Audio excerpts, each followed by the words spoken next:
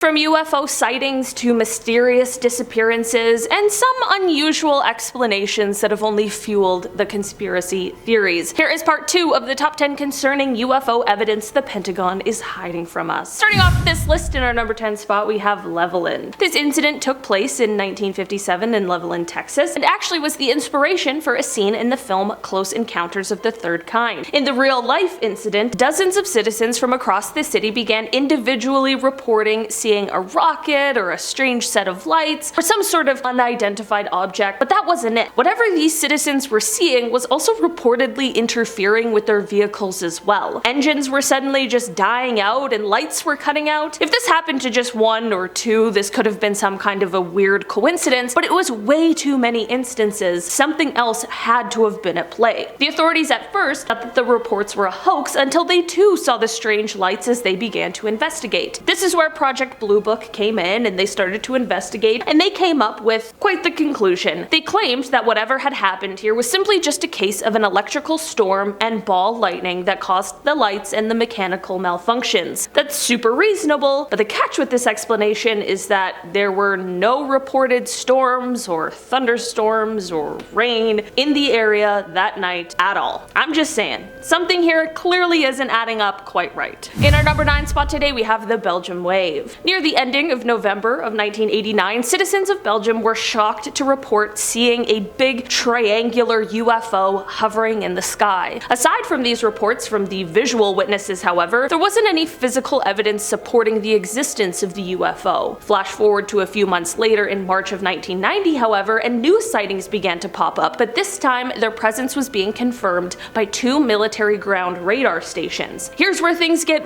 really strange though. 2 F-16 fighter jets were sent out to investigate what the hell was going on, and this is when the pilots found that they couldn't see anything visually, but their radars were able to spot the target. While trying to keep track of these objects, the UFOs were moving way too fast, and the pilots ended up losing track of them. In the end, there were about 13,500 people who witnessed this UFO incident, which has made it one of the most widely experienced UFO sightings of the modern era. The Belgian Air Force has no idea what it was that they had witnessed, but they thankfully did acknowledge that some sort of unknown activity had taken place instead of just trying to sweep it under the rug and pretend like nothing ever happened. In our number 8 spot today we have the Chicago UFO. This UFO sighting comes from November 7th, 2006, and it was at the O'Hare International Airport in Chicago. Flight 446 was getting ready to head to North Carolina when an employee from United Airlines that was on the tarmac noticed a dark gray metallic aircraft hovering over one of the gates. After this, 11 other employees and even a few people who didn't work there saw this gray saucer floating at around 4:15 p.m. The people who saw it explained that it hovered above the gate for about 5 minutes before it just shot itself upwards and broke through the clouds, leaving a hole in the clouds where you could see the blue sky through. The strangest thing, however, is that this flying saucer did not show up on the radar. The Federal Aviation Administration just called it a weather phenomena and would not investigate it, despite there being around 15 witnesses who all saw the same thing. This story, however, became the most read story on the Chicago Tribune's website and even went international because it certainly is very interesting. I also think at an airport they just want to,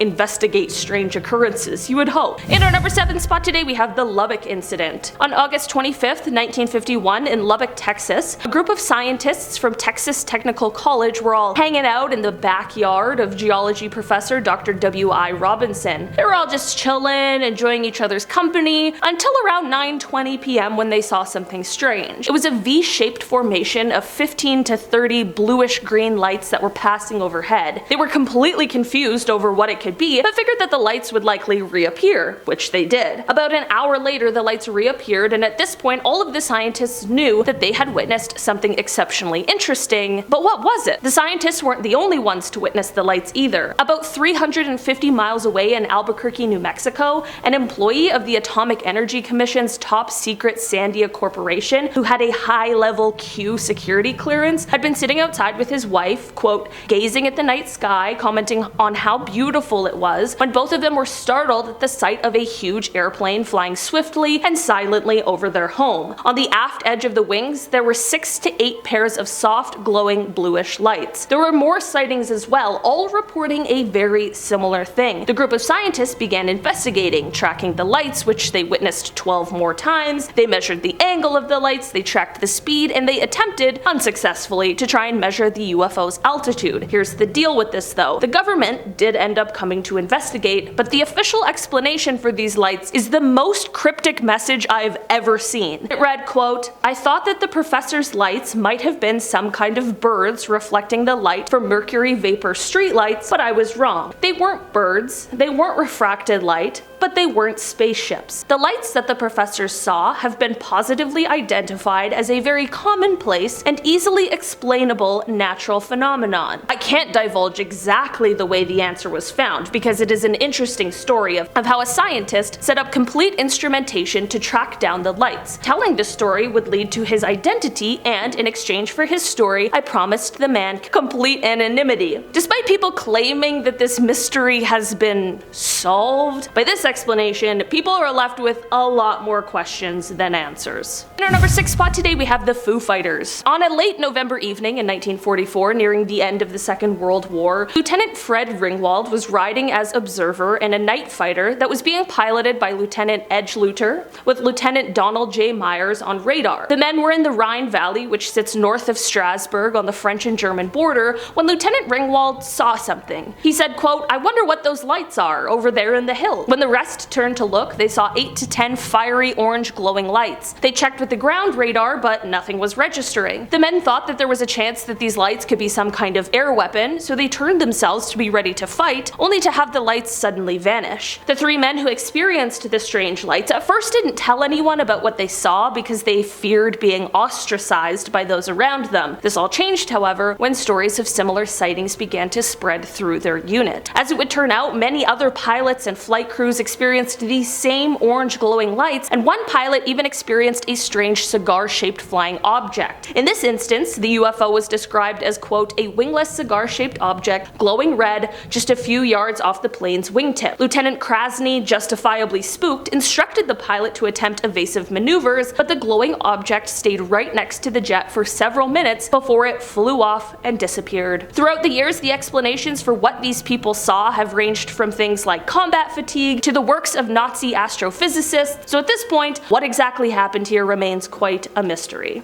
In our number 5 spot today, we have the Big Flap. Back in 1952, while the panic over flying saucers was real, there was a bunch of strange reports of potential UFO sightings over the skies of Washington, D.C. These sightings later became known as the Big Flap, and they were being reported by civilians as well as military radar operators and pilots. In fact, there were so many people reporting these UFOs that a special intelligence unit of the US Air Force was sent in to investigate. What really sparked a lot of concern with these sightings is when radar operators at National watched the objects fly past the White House and the Capitol building. This is when 2 F-94 interceptor jets were sent to investigate, but both times as they approached the mysterious objects showing on their radar screens, they would just suddenly disappear. In the end, as a result of the investigation, what they found, or really the lack of what they found, combined with the official explanation that was released, only worked to fuel some early conspiracy theories that the government was working to hide the evidence that proves the existence of alien life. In our number 4 spot today, we have the Disappearance. Frederick Valentich was an Australian pilot who disappeared under some unbelievably suspicious circumstances on a training flight on October 21st, 1978. During the flight, he radioed the Melbourne Air Traffic Control to let them know that he was being accompanied by an aircraft that was about 1,000 feet above him, and at the same time that his engine had begun to run roughly. Air Traffic Control responded to him by explaining that there was no known air traffic at that level, and Frederick explained that he could see a large unknown aircraft with 4 bright landing lights. He explained the aircraft approached him from the east and at first thought it was another pilot playing around with him.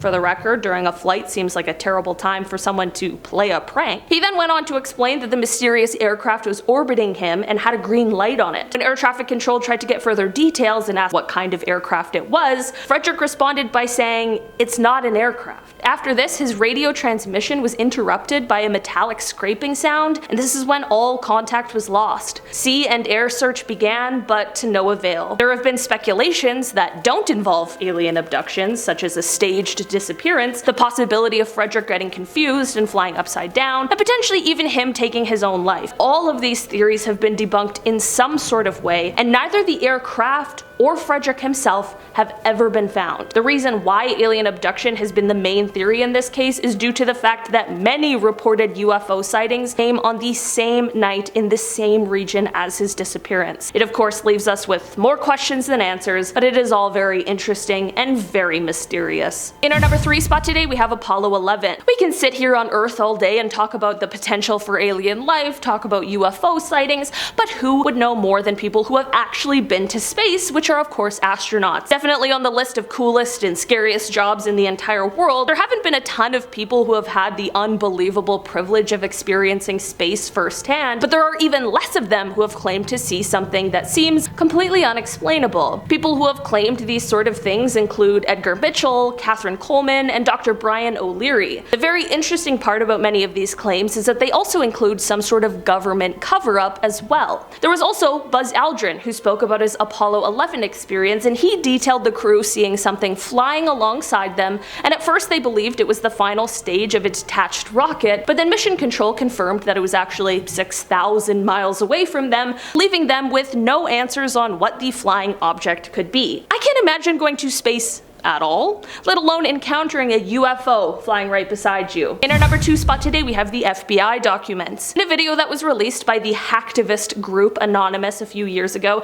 they discussed some sort of FBI documents that are apparently declassified and just sitting on the website waiting for anyone to come across. These documents apparently suggested that we not only have been visited by aliens, but also by beings from other dimensions. This document was sent in 1947, and while it didn't originate from within the FBI, it was sent in by a university department head, and it was treated with the utmost importance by the FBI. The document goes on to say that the aliens that have visited aren't from a planet as we think of it, but rather some sort of etheric planet that interpenetrates with our own, but we just aren't able to perceive it. They're able to consciously make the decision to enter our plane, and in the same respect, exit it whenever they want. The document says that all visits are peaceful, and that they are for the purpose of scoping out our planet, as they might want to call it home one day. This certainly is one of those things that you have to draw your own conclusions from, and while it's good to remain skeptical, it's also imperative that we keep our minds open, because who are we to say for sure? In our number 1 spot today, we have the 2021 UFO. On February 21st of 2021, a blogger was using a radio scanner to try and pick up the feed from an aircraft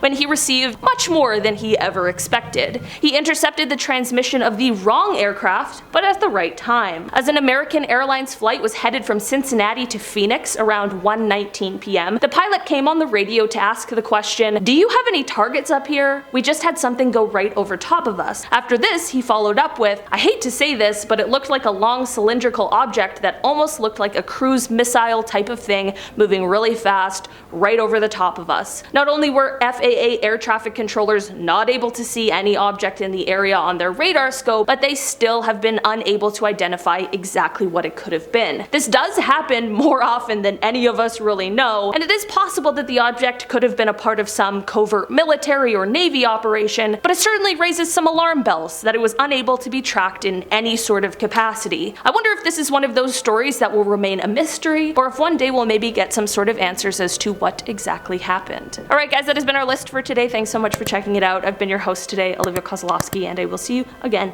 soon. Bye! Alright, UFOs, we love it. Complete anonymity.